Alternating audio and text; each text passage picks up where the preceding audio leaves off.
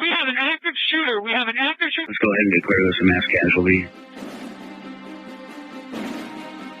Welcome to Active Shooter, a podcast that covers the whys, the hows, and the aftermath of active shooter and mass casualty events. They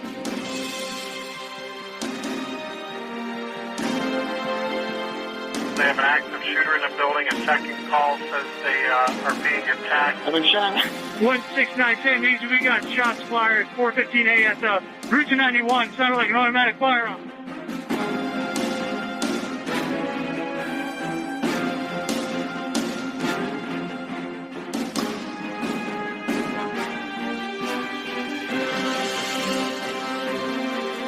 Active shooter, reports of an active shooter, mass casualty incidents. Thank you for listening.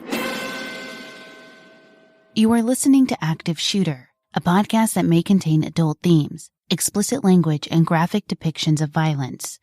Portions of this show may be traumatic for those under 18. Listener discretion is advised.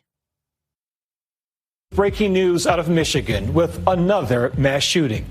This time at two campus buildings at Michigan State University in East Lansing. We're getting reports of multiple victims for an active shooter. According to police, at least 3 people are dead and 5 others injured. All 5 of those victims remain in critical condition.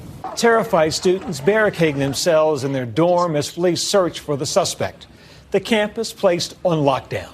We saw people start running for their lives, and we immediately knew, something's up. We got to get inside, lock the house down, turn off all the lights, and just barricade ourselves inside. Police releasing this photo of the suspect, who they now say is dead. That suspect is, we now know, is a 43-year-old male. That 43-year-old male is not affiliated in any way with Michigan State University. We've arrived at a place in time where elementary, middle, and high school students have experienced the utter horror of surviving a mass school shooting, only to go on to college and live through yet another ghastly, unspeakable trauma. How does one overcome the paralyzing fear that is rapidly becoming associated with the very act of attending school? The youth of the country have lived through and survived a global pandemic, only to find themselves returning to pseudo-war zones rather than institutions of learning. Instead of freely roaming about sprawling campuses, students find themselves sheltering in place, locked down for hours on end, frozen by the panic of whether they will survive another act of terror, or if this will be their time. These aren't the types of decisions young minds should be faced with, especially not within the halls of the place they ought to feel the safest. The shooting at Michigan State University introduced us to several students who had graduated from Oxford High School, where the 2018 shooting changed their lives forever.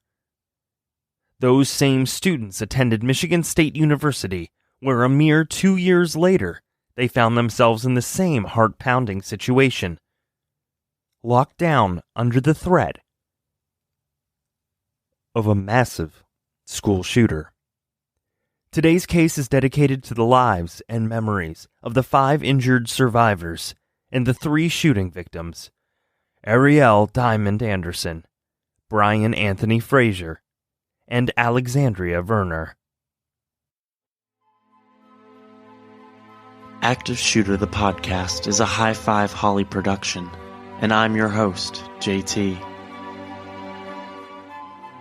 If you've listened to our prior episodes, you know that the Active Shooter podcast team has taken the no notoriety pledge, and we will not be sharing the real name of the shooters that we cover.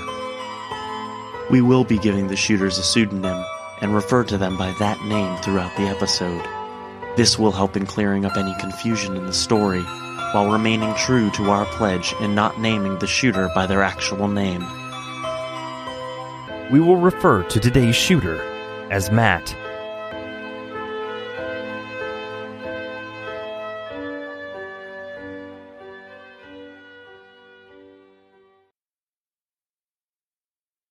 Monday, February 13th, 2023, was a mild, sunny day for late winter in Michigan. The Michigan State University, which consists of about 50,000 students, is a busy, bustling campus that includes Berkey Hall and the Michigan State University, or MSU, Union buildings.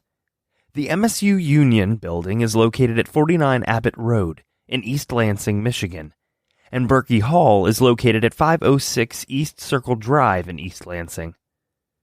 Berkey Hall is an old building made up of a red brick and stone, and is where the majority of the social science classes are held.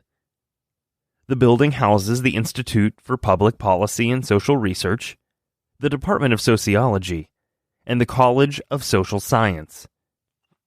The campus was still active later in the evening at around 8 p.m., though not quite as busy as during the daytime school hours. Shortly after 8 p.m., 43-year-old Matt walked across the university campus towards Berkey Hall. He was wearing a jean jacket, black pants, a baseball cap, and red shoes. Much of his face was concealed by some type of clothing or neck gaiter that was pulled up past his lips. He carried a Taurus G3 9mm handgun and a High-Point C9 9mm handgun, which he didn't actually fire. It was approximately 8:18 p.m. when, outside of room 114 in Berkey Hall, Matt opened the back door to the classroom, aimed, and fired, launching about 15 rounds into the room. Right when that first gunshot went off, I booked it to the far corner of the class. I was sitting right next to the door where he came in, literally one of the first two seats he came in. And I thank God my fight or flight response kicked in because I booked it to the far side of the class and ducked down, and he came in and shot 3 to 4 times in our classroom. Marco Diaz Muniz was teaching in room 114 when the door suddenly swung open and gunfire exploded. Only 1 minute after the initial shot rang out, the first 911 call was being placed, reporting shots fired at Berkey Hall. Immediately, the phones began to light up as petrified callers reported the shooting. Hello, this is 911. How can I help you? I'm at Berkey Hall and my class was shot at. 4 people were shot. Please come. How many people? Please come. I don't know. I can't tell. We're inside of a classroom. Where exactly did you hear this? In the hallway. How many shots did you hear? Maybe 10. Is somebody shot? Yes, so many people were shot. Who was shot? Who was shot? I don't know. Do you see who's shooting? No, yes, I was in part of it. Okay, are you injured? No, my friend. Where are you at? He's not breathing. Do you know what kind of injuries they have? Yes. I don't know, but he's bleeding out of the ear and mouth. He's unconscious right now. I have no idea. He's unconscious? Do you know if he's breathing? Yes. He's like, yeah, are you okay? No, I don't think he's breathing, please. Where is the shooter right now? I don't know where they went. Did you see the person? No, I did not. Are you guys able to push the door closed? Make sure to put anything up against the door for now, okay? Okay, make sure you got the window is covered, and make sure that you guys just barricade the door until we can get somebody there, okay? What's your name? You're doing a good job, okay? Just tell everybody to stay quiet. Stay where you are. I will let you know as soon as I have any update from my officers, okay? Can you guys get out of that room? Can you get out the window? Get out of that building and just run? All right, got it. Can you do that? Yes. I'm outside the window. I'm outside. All right, I need you to run to safety to another building, or... Where are we going? Okay. The university sent out an alert via text message and on Twitter. The message was simple, yet utterly terrifying. It read, quote, "Active shooter. Run, hide, fight." Further, a shelter-in-place order was issued across campus. You know, we were scared to go by the windows. We didn't want to be seen. We didn't want to be potentially targeted through the windows, but we had to shut our blinds. We had to turn off lights, and we turned off all the lights, and then we had to try to move everything quietly with our lights off and windows closed, doors locked as much as we could get them, and just shoving our dressers and our chairs and any other miscellaneous bits and baubles we had. Back inside classroom 114, 7 students were struck with flying bullets, including Ariel Anderson and Alexandria Werner, both of whom were fatally shot. 19-year-old Ariel Ari Anderson was born in 2003 in Harper Woods, Michigan. She attended Detroit Public Schools Community District from kindergarten through 6th grade before heading to middle school at Parcells. Ari graduated from Grosse Pointe North High School in 2021 and was a sophomore at MSU before she was killed. A bright young woman, Ari intended to graduate early and then go right into medical school. She had big plans to become a surgeon one day and didn't want to waste a moment that could be spent working towards her future. Her middle school mock elections saw Ari earn the distinction of most likely to succeed, and a success she was. Ari served as a mentor for many students, and she was consistently on the honor roll and student council. Her family says she was friends with everyone, and her smile could brighten up anyone's day. Known for her perpetual smile, Ari genuinely cared for others, as evidenced by her dedication to caring for her aunt with special needs. A lover of all things music, Ari was an avid concert goer, and her favorite artist was Ariana Grande, whose music she could dance to all day long. Her mother says Ari was her best friend, and the last thing her daughter texted to her was a joke, which was just her way. She loved to make others laugh, and her mom struggles each and every day, trying to learn how to live without her daughter, her mini-me. Such an intense, great loss is something that no parent should ever have to live with. 20-year-old Alexandria Werner, also known as Alex, was born on August 17, 2002, to Ted and Nancy Werner. She was raised in Clawson, Michigan, with her siblings, including brother TJ and sister Charlotte. Described as a warm, caring friend, Alex was usually the first to stick up for someone in need. She attended Clawson High School, graduating in 2020, and was an athlete who excelled in 3 sports. She played volleyball, was all-state in softball, and was the league MVP in basketball, and helped lead her team to a few championships. However, Alex wasn't just an athlete. She was a wonderful student who was on the National Honor Society and the Student Leadership Council during high school. She worked hard, studied hard, and took her education seriously, even earning straight A's in college. Alex was a junior at MSU and dreamed of working in forensic science one day. The incredibly popular young woman was remembered during a vigil that was held at Clawson High School on February 14th. Her school sports jerseys, including her number 10 softball jersey and her number 24 basketball jersey, were there. Alex will forever be remembered for her generous spirit and caring nature.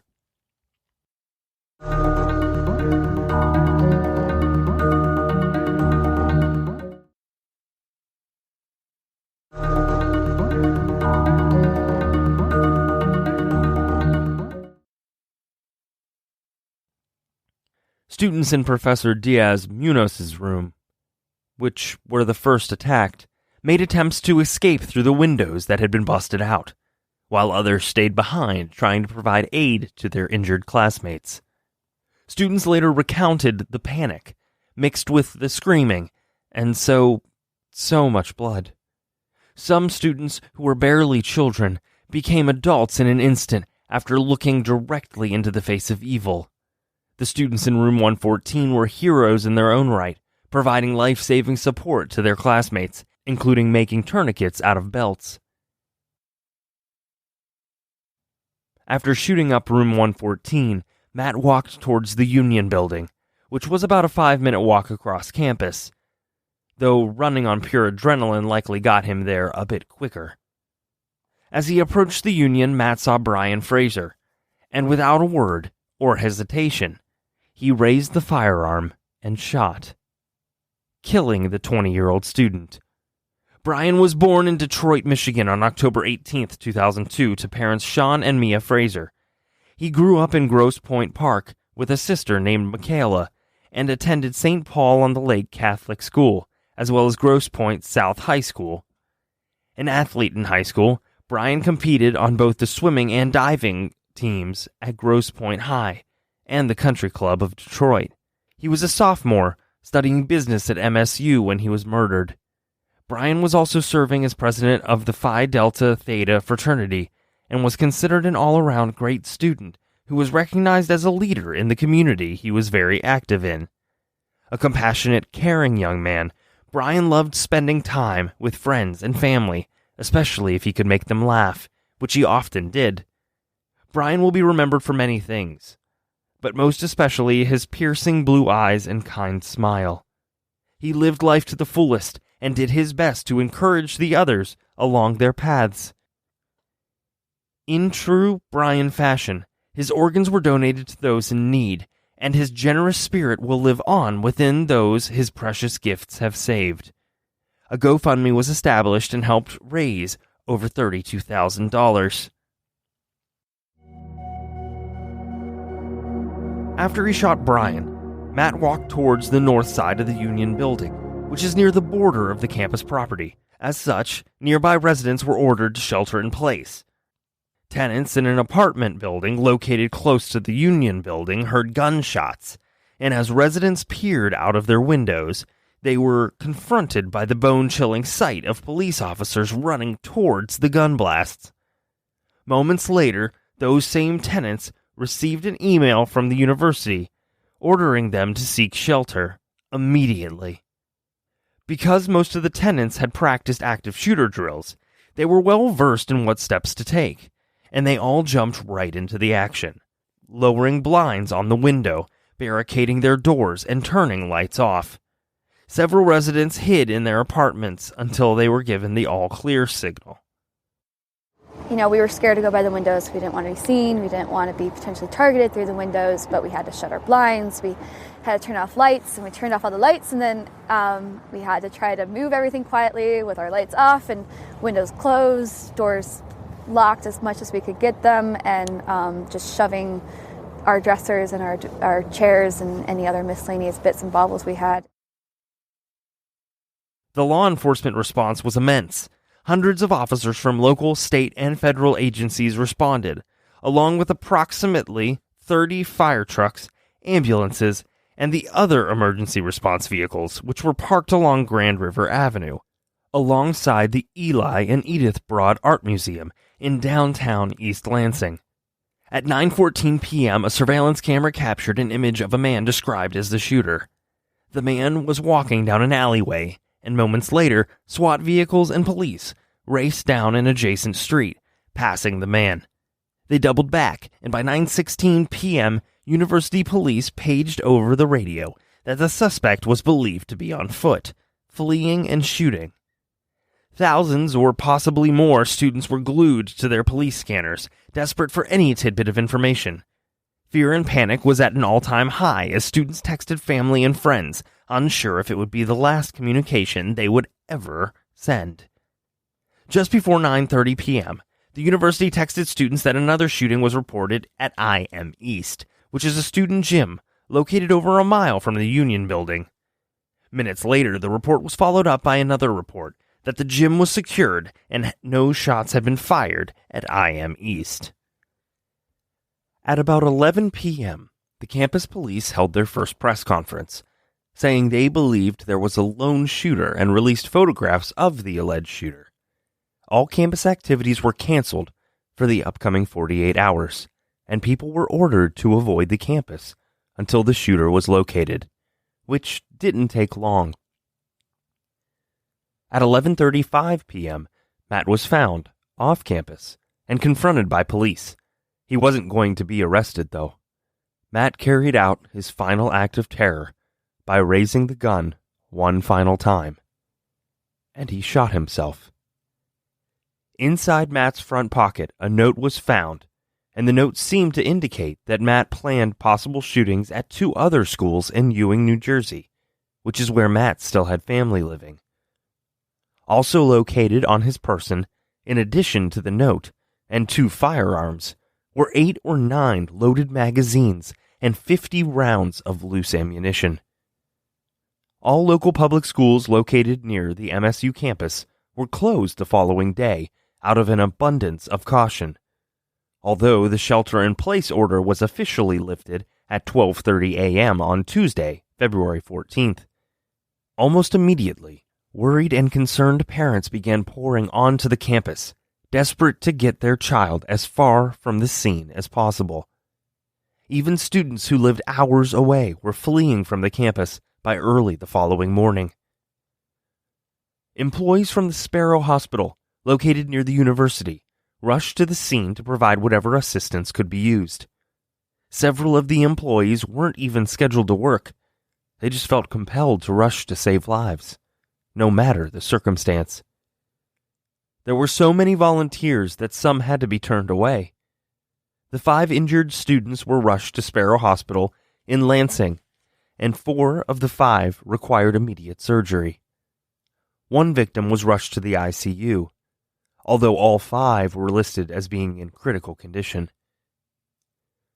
By February 21st, one of the victims was upgraded from critical to stable condition, while 2 others were upgraded to serious from critical. The injured students included Guadalupe Huapilla Perez, a junior from Immokalee, Florida, 2 Chinese international students, including John Howe, who is currently paralyzed from the chest down, Nate Statley, and Troy Forbush.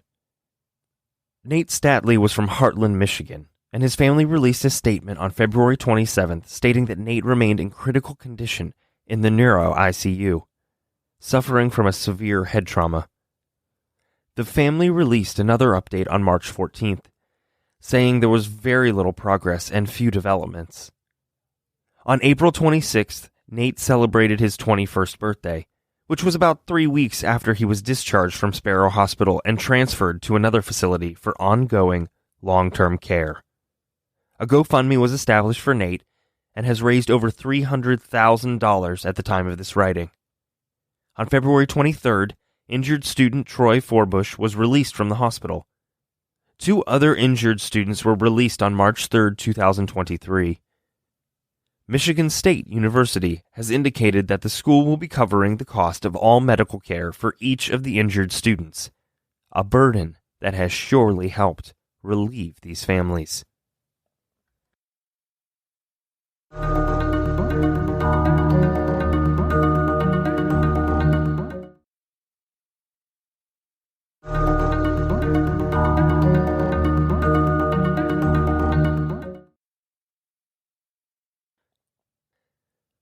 Matt was born in Bear, Delaware on June 10, 1979, but was raised in Trenton, New Jersey until 2003, when he moved to Lansing, Michigan with his parents. The family was religious and Matt regularly attended church growing up. At the time of the shooting, he was living at home with his dad in a small red house at the dead end of a residential street. There was a chain-link gate in front of the driveway bearing signs that read, "No parking," and "Beware of dog," and the yard was overgrown with trash and other miscellaneous items strewn about. Matt's father said that he raised his son right, musing that he was a great kid who must have been influenced by the devil. It was the only reason he could fathom why his child would commit such a heinous act. The morning of the shooting, Matt briefly spoke with his dad, albeit through a closed bedroom door, and said he'd be out looking for a job that day, and that was the extent of their conversation.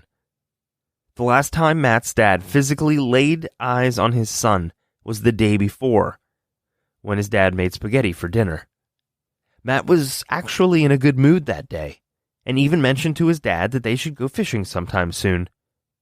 Matt's dad expressed his desire for Matt to begin attending church services regularly, although it's unclear precisely how that part of the conversation ended. On September 13th, 2020, Matt's mom passed away after suffering a massive stroke.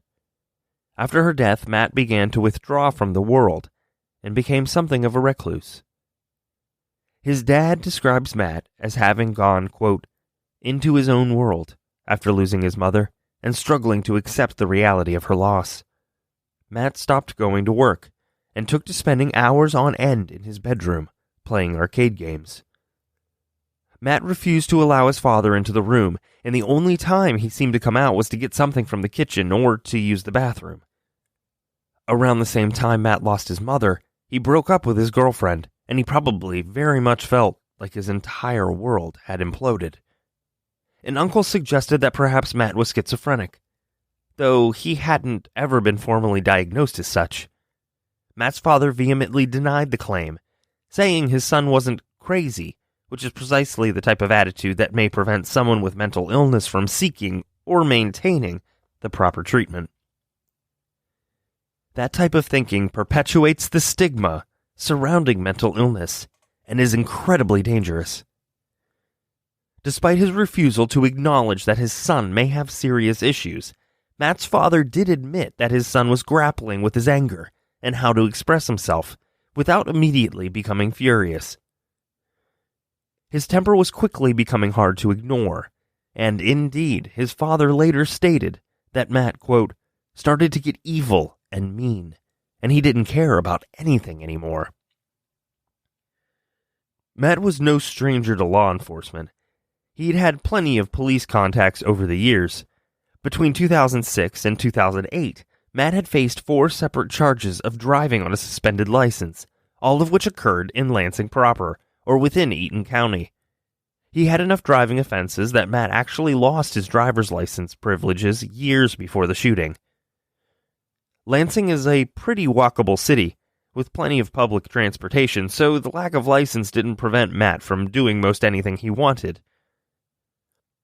On June 9, 2019, Matt was questioned by the Lansing Police Department after he was spotted near an abandoned building at 1:30 a.m. He was departing what was presumably a convenience store.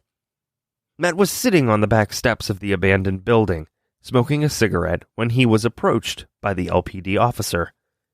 There had recently been a string of burglaries in the area, so the officer stopped to ask the young man a few questions. He asked Matt if he had any weapons, to which Matt replied that he did, and further admitted that he didn't have a permit to carry a concealed weapon. The officer asked to pat him down, and Matt agreed. The officer located a semi-automatic pistol in Matt's pants pocket, along with a magazine for the gun in his front shirt pocket. He explained to the officer that he just walked to the store to purchase cigarettes, and that, in an effort to ensure his own safety, he carried the firearm as protection, though either didn't or couldn't explain why, if he was so concerned about his safety, he would stop at an abandoned building for a smoke when he simply could have returned to the safety of his own home. Matt was arrested and eventually pled guilty to a lesser charge, possession of a loaded gun in a vehicle, which is a misdemeanor in Ingham County, where the offense occurred. The felony he was charged with, carrying a concealed weapon, was dismissed. Matt never served any jail time for the offense and was sentenced on October 24, 2019 to 12 months probation.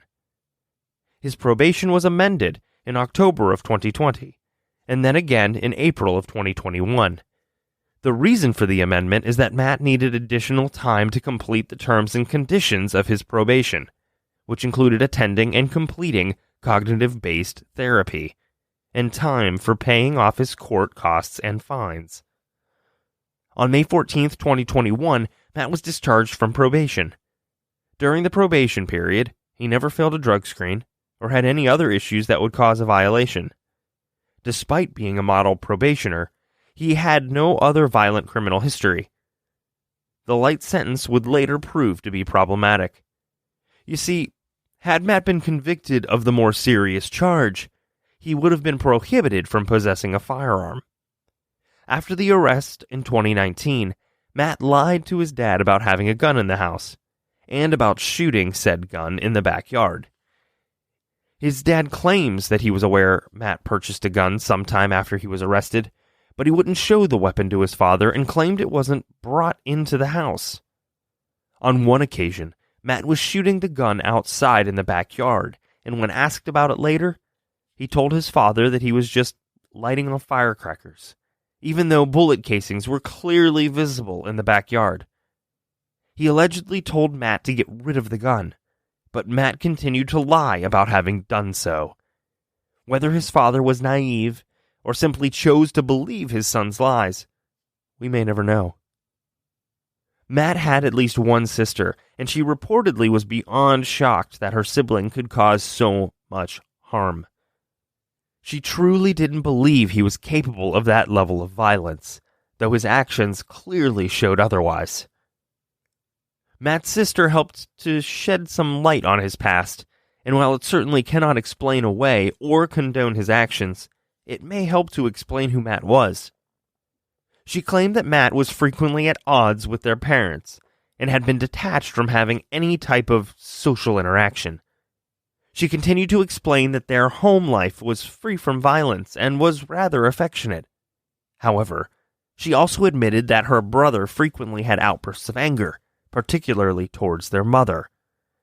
After her death, Matt often expressed great regret for the treatment of his mother, and he deeply struggled with self-forgiveness. His sister said that Matt became despondent and started drifting, quite literally, from one state to another, living a transient lifestyle in and out of shelters, and the last time she had even laid eyes on her brother was at their mom's funeral in 2020, and as such, she really hadn't understood the depth of her brother's issues. For his part, Matt's dad reported that his son later became solitary, bitter, and, quote, evil angry. He stopped caring about his appearance and neglected his personal hygiene to the point that some of his teeth began falling out, and he even quit cutting his hair. Matt had few, if any, friends, and even since the shooting, no one has come forward to claim to have knowledge of or any ties to him. His neighbors didn't know him. He rarely spoke with any of them.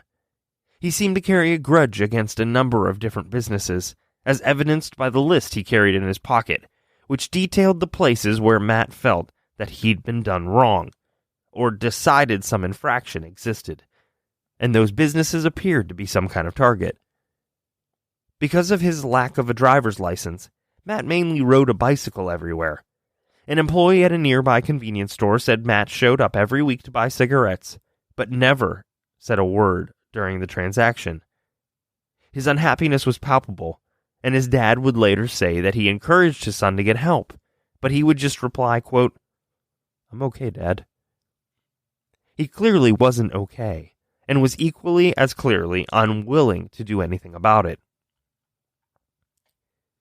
Matt had been working a warehouse job about 6 months prior to the shooting, but he simply stopped going into work one day and was subsequently fired.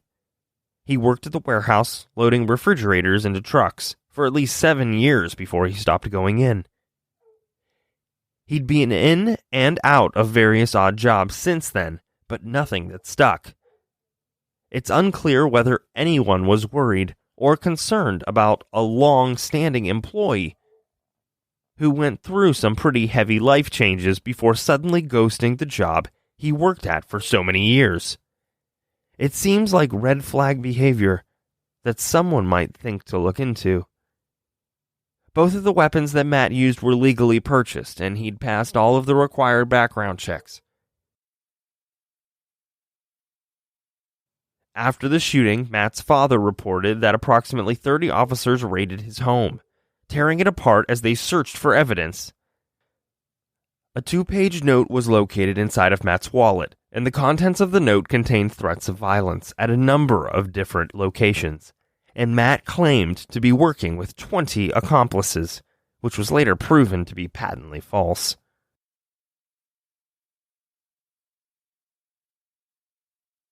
We can confirm that the shooter had 2 handguns on his person when he was located. He also had additional magazines and ammunition on his person. Our investigative team did work with our federal ATF partners to trace those weapons, and we have learned that they were purchased legally by the shooter, but they were not registered.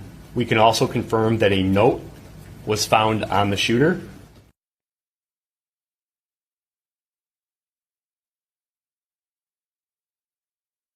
The Michigan State University Union Building reopened on April 3rd.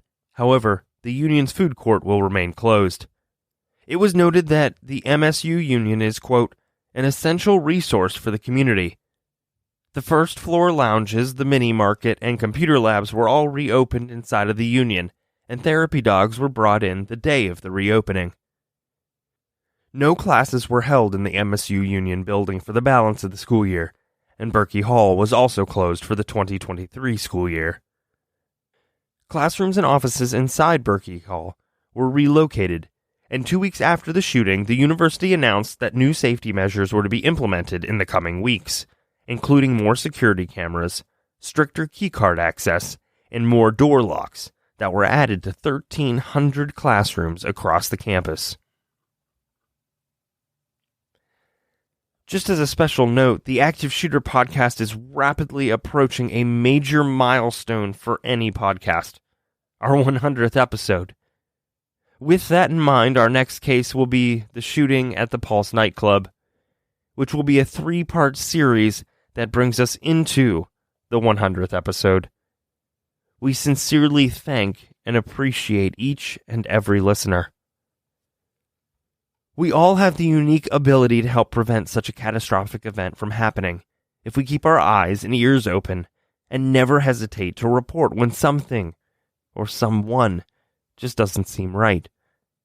With the delicate balance of mental health reform, education, active shooter training, and common sense gun laws, we may one day realize the dream that there will be no more active shootings. We pray that love will prevail over hate. In the meantime, we urge our listeners to stay aware of your surroundings and keep in touch with your loved ones. If you see something, say something. You never know how many lives you'll be saving.